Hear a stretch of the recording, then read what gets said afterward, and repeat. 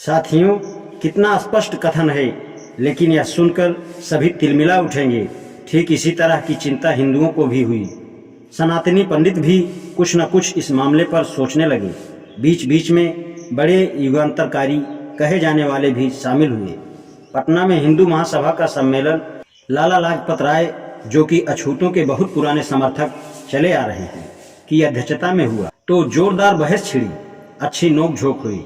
समस्या यह था कि अछूतों को यज्ञोपवीत धारण करने का हक है अथवा नहीं, तथा क्या उन्हें वेद शास्त्रों का अध्ययन करने का अधिकार है। बड़े बड़े समाज सुधारक तमतमा गए, लेकिन लाला जी ने सबको सहमत कर दिया तथा यह दो बातें स्वीकार कर हिंदू धर्म की लाज रख ली। वरना जरा सोचो, कितनी शर्म की बात होती। कुत्ता हमारी गोद में बैठ सकता है, हमारी रसोई में निःसंग फिरता है, लेकिन एक इंसान का हमसे स्पर्श हो जाए तो बस धर्म भ्रष्ट हो जाता है। इस समय मालवीय जी जैसे बड़े समाज सुधारक, अछूतों के बड़े प्रेमी और न जाने क्या क्या पहले एक मेहतर के हाथों गले में हाथ डलवा लेते हैं, लेकिन कपड़ों सहित स्नान किए बिना स्वयं को अशुद्ध समझते हैं। क्या खूब यह चाल है।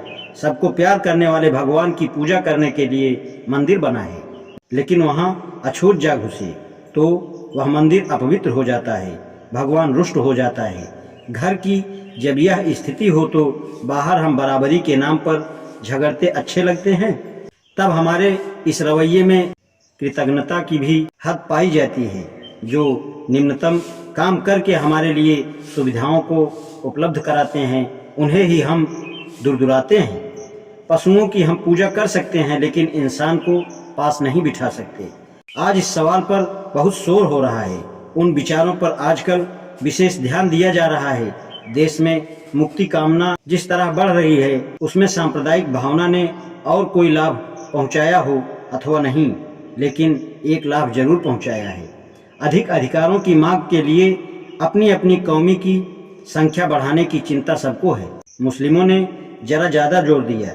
उन्होंने अछूतों को मुसलमान बनाकर अपने बराबर अधिकार देने शुरू कर दिए। इससे हिंदुओं के अहम को चोट पहुंची, अस्पर्धता बढ़ी, फसाद भी हुए।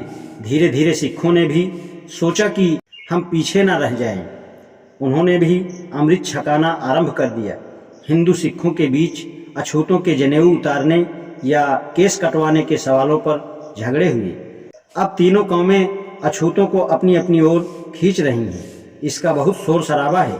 उधर ईसाई चुपचाप उनका रुतबा बढ़ा रहे हैं। चलो, इस सारी हलचल से ही देश के दुर्भाग्य की लानत दूर हो रही है।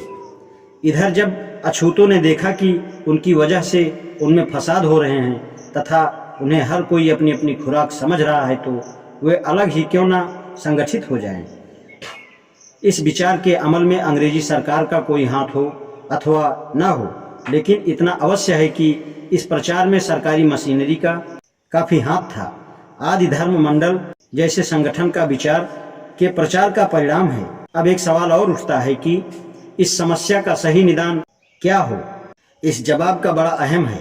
सबसे पहले यह निर्णय कर लेना चाहिए कि सब इंसान समान हैं तथा न तो जन्म से कोई भिन्न पैदा हुआ और न कार्य विभाजन से, अर्थात क्योंकि एक आदमी गरीब मेहतर के घर पैदा हो गया है, इसलिए जीवन भर मैला ही साफ करेगा और दुनिया में किसी तरह के विकास का काम पाने का उसे कोई हक नहीं है। ये बातें फिजूल हैं। इस तरह हमारे पूर्वज आर्यों ने इनके साथ ऐसा अन्यायपूर्ण व्यवहार किया तथा उन्हें नीच कहकर दुत्कार दिया एवं निम्न कोट के कार्य करवाने लगे। साथ ही यह भी चिंता हुई कि कहीं ये विद्रोह न कर दें।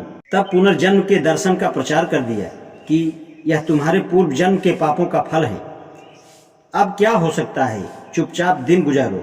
इस तरह उन्हें धैर्य का उपदेश देकर वे लोग उन्हें लंबे समय तक के लिए शांत करा गए। लेकिन उन्होंने बड़ा पाप किया। मानव के भीतर की मानवीयता को समाप्त कर दिया। आत्मविश्वास एवं स्वावलंबन की भावनाओं को समाप्त कर दिया।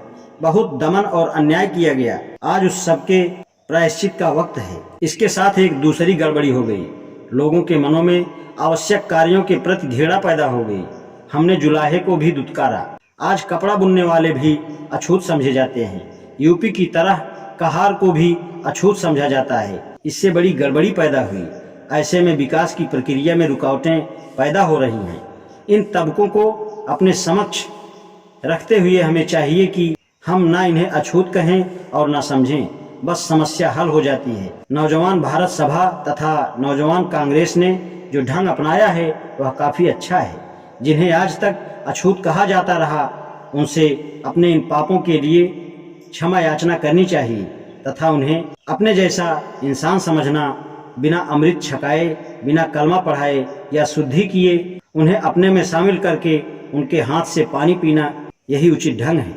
और आपस में खींचतान करना और व्यवहार में कोई भी हक न देना कोई ठीक बात नहीं है। जब गांव में मजदूर प्रचार शुरू हुआ, उस समय किसानों को सरकारी आदमी यह बात समझाकर भड़काते थे कि देखो, यह भंगी चमारों को सिर पर चढ़ा रहे हैं और तुम्हारा काम बंद करवाएंगे। बस किसान इतने में ही भड़क गए। उन्हें याद रहना चाहिए कि उनकी हालत तब तक नहीं सुधर सकती जब तक कि वे इन गरीबों को नीच और कमीन कहकर अपनी जूती के नीचे दबाए रखना चाहते हैं। अक्सर कहा जाता है कि वह साफ नहीं रहते। इसका उत्तर साफ है, वे गरीब हैं। गरीबी का इलाज करो। ऊंचे ऊंचे कुलों के गरीब लोग भी कोई कम गंदे नहीं रहते। गंदे काम करने का बहाना भी नहीं चल सकता, क्योंकि माताएं बच्चों का मैला साफ करने से मेहतर तथा अछूत तो नहीं हो जाती, लेकिन यह काम उतने समय तक नहीं हो सकता जितने समय तक कि अछूत कौमें अपने आप को संगठित न कर लें। हम तो समझते हैं कि उनका स्वयं को अलग संगठनबद्ध करना तथा मुस्लिमों के बराबर गिनती में होने के कारण उनके बराबर अधिकारों की मांग करना बहुत आसानजनक संकेत है। या तो सांप्रदायिक भेद का झंझट भी खत्म करो, नहीं तो उनके अलग अधिकार उन्हें दे दो। काउंसिलों और असेंबलियों का कर्तव्य है कि वे स्कूल, कॉलेज, कुएं तथा सड़क के उपयोग की पूरी स्वतंत्रता उन्हें दिलाएं। जबानी तौर पर ही नहीं, वरन साथ ले जाकर उन्हें कुओं पर चढ़ाएं। उनके बच्चों को स्कूलों में प्रवेश दिलाएं। लेकिन जिस लेजिस्लेटिव में बाल विवाह के विरुद्ध पेश किए गए बिल तथा मजहब के बहाने हाय तौबा मचाई जाती है, वहाँ वे अछूतों को अपने साथ शामिल करने का साहस कैसे कर सकते हैं। इसलिए हम मानते हैं कि उनके अपने जन प्रतिनिधि हों, वे अपने लिए अधिक अधिकार मांगे। हम तो साफ कहते हैं कि उठो, अछूत कहलाने वालों, असली जनसेवकों तथा भाइयों, उठो, अपना इतिहास देखो। गुरु गोविंद सिंह की फौज की असली शक्ति तुम ही थे। शिवाजी तुम्हारे भरोसे पर ही सब कुछ कर सके, जिस कारण उनका नाम आज भी जिंदा है। तुम्हारी कुर्बानियां स्वर्ण अक्षरों में लिखी हुई हैं। तुम जो नित्य प्रति सेवा करके, जनता के सुखों में बढ़ोतरी करके और जिंदगी संभव बनाकर यह बड़ा भारी एहसान कर रहे हो, उसे हम लोग नहीं समझते। लैंड एलिनेशन एक्ट के अनुसार तुम धन एकत्र कर भी जमीन नहीं खरीद सकते। तुम पर इतना जुल्म हो रहा है कि जाओ, असल में स्वयं कोशिश किए बिना कुछ भी ना मिल सकेगा। स्वतंत्रता के लिए स्वाधीनता चाहने वालों को यत्न करना चाहिए। इंसान को धीरे धीरे कुछ ऐसी आदतें हो गई हैं कि वह अपने लिए तो अधिक चाहता है, लेकिन जो उनके मातहत है उन्हें वह अपनी जूती के नीचे ही दबाए रखना चाहता है। कहावत है, लातों के भूत बातों से नहीं मानते। अर्थात संगठनबद्ध हो, अपने पैरों पर खड़े होकर पूरे समाज को चुनौती दे दो, तब देखना कोई भी तुम्हें तुम्हारे अधिकार देने से इनकार करने की जुर्रत न कर सकेगा।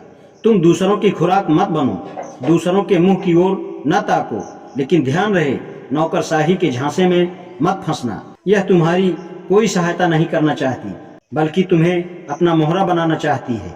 यही पूंजीवादी नौकरशाही तुम्हारी गुलामी और गरीबी का असली कारण है। इसलिए तुम उसके साथ कभी ना मिलना, उसकी चालों से बचना, तब सब कुछ ठीक हो जाएगा। तुम असली सर्वहारा हो, संगठनबद्ध हो, तुम्हारी कुछ भी हानि ना होगी, बस गुलामी की जंजीर कट जाएगी। उठो और वर्तमान व्यवस्था के विरुद्ध बगावत खड़ी कर दो। धीरे धीरे होने वाले सुधारों से कुछ नहीं बन सकेगा। सामाजिक आंदोलन से क्रांति पैदा कर दो तथा राजनीतिक और आर्थिक क्रांति के लिए कमर कस लो। तुम ही तो देश का मुख्य आधार हो, वास्तविक शक्ति हो, सोए हुए शेर हो। उठो और बगावत खड़ी कर दो।